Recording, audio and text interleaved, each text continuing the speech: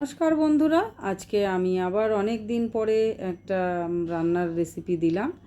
এখন আর সময় করে উঠতে পারি না, তাই আর রেসিপি ভিডিও করতে পারি না।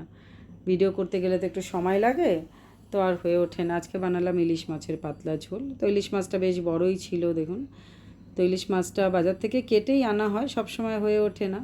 তো যদি ইলিশ মাছ অনেক সময় স্টোর করার জন্য আর সব সময় কেটে আনা হয় না, তো ফ্রিজেই ছিল এটা। তো আমি মাছটা নিজেই কেটে নিচ্ছি। ইলিশ মাছ কাটা খুব সহজ, সব মাছ কাটতে পারি না, তো ইলিশ মাছটা কেটে নিতে পারি। তো মাছটা কেটে নেব, একে একে পিস করে নেব, একটু মোটা পিস করব। আর যেহেতু রিং পিস আর ডিম আছে, পাতলা পিস করলে ডিমগুলো সব খুলে যাবে, বেরিয়ে যাবে। তো মাছগুলো হয়ে গেছে রেডি। আমি মাঝখান থেকে 5 পিস মাছ দেখাচ্ছি। এর মধ্যে নুন আর হলুদ দেব, যেহেতু এর মধ্যে নুন হলুদ কম লাগে, ইলিশ মাছে মশলাই কম লাগে, তাই নুন হলুদও তার মধ্যেই পড়ে, তাই জন্য সেটাও কমই লাগবে। তো অল্প পরিমাণ নুন হলুদ দিয়ে ভালো করে আস্তে আস্তে মেখে নিতে হবে। যেহেতু ডিম আছে, ডিম থাকলে মাছ একটু সাবধানে মাখতে হয় বা নাড়াচাড়া করতে হয়। ভেজে নেওয়ার পরে আর কোনো সমস্যা থাকে না, যতক্ষণ কাঁচা থাকে ততক্ষণ এই সমস্যাটা একটু থাকে। এবার নুন হলুদগুলো মাখানো হয়ে গেছে, দেখুন কি সুন্দর হয়েছে মাছগুলো আর কি।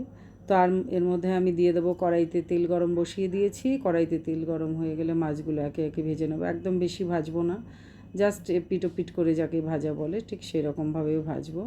সব মাছগুলো ভাজা হয়ে গেলে আমি দিয়ে দেবো কড়াইতে তেল, তার মধ্যে দেবো কালো জিরে। আমি ইলিশ মাছে ন্যাচারালি কালো জিরেই দিই, অনেক রকম পদ্ধতিতে ইলিশ মাছ রান্না করা যায়। তো আমি কালো জিরে দিয়েই রুই মাছ বা এই ইলিশ মাছ, দুটো মাছই আমার খুব কালো জিরেতেই মাছের ঝাল বা ঝোল দুটোই আমার কালো জিরেই বেশি পছন্দ। কখনো জিরে ফোড়নও দিয়ে এর মধ্যে দিয়ে দিলাম নুন, আর দিলাম একটু শুকনো লঙ্কা, একটু হলুদ। একদম গ্যাসটা সিমে করতে হবে। 4টে কাঁচা লঙ্কা, একদম বেশিক্ষণ রাখা যাবে না। এর মধ্যে দিয়ে দেওয়া হবে জল। জল দিয়ে ভালো করে একটু নাড়াচাড়া করে নিতে হবে, যাতে একটুখানি কাঁচা মশলার গন্ধটা চলে যায়। একটু দিলাম সামান্য জিরের গুঁড়ো। জিরের গুঁড়োটা স্কিপ করতে পারেন যদি পছন্দ না হয়, যে একদম পাতলা ঝোলই খাবো। তার মধ্যে দিয়ে দেবো আর একটু জল। এই জলের মধ্যে দিয়ে দেবো আমি একটু 1 চামচ মতো একদম চালের গুঁড়ো। নাহলে ঝোলটা এত পাতলা হয়ে যাবে যে তখন ভাতের সঙ্গে মাখলে বা কিছু আর বোঝা যাবে না, একদম পাতলা হয়ে যাবে। দেখুন সাইডটা দিয়ে এই এবার একে একে মাছ একটু ফুটে উঠেছে, এবার একে একে মাছগুলো সব দিয়ে দেবো। মাছগুলো দিয়ে ভালো করে ফুটতে দেবো। এই ফোটার সময়ই আমি দিয়ে দেবো 1 চামচ চালের গুঁড়ো, জলের সঙ্গে গুলে দিয়ে দেবো। দেখুন রেডি হয়ে গেছে আমার মাছের ঝাল। আর কিছুই করার নেই, এর মধ্যে দিয়ে দিতে হবে কটা কাঁচা লঙ্কা চেরা।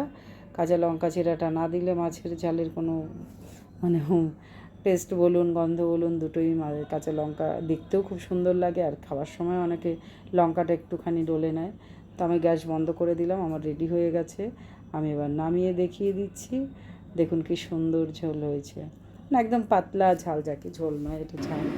তো ঝাল ঝাল হবে, একটু টেস্টও খুব সুন্দর হবে। হয়ে গেছে, আপনারা বানিয়ে খাবেন। ধন্যবাদ বন্ধুরা।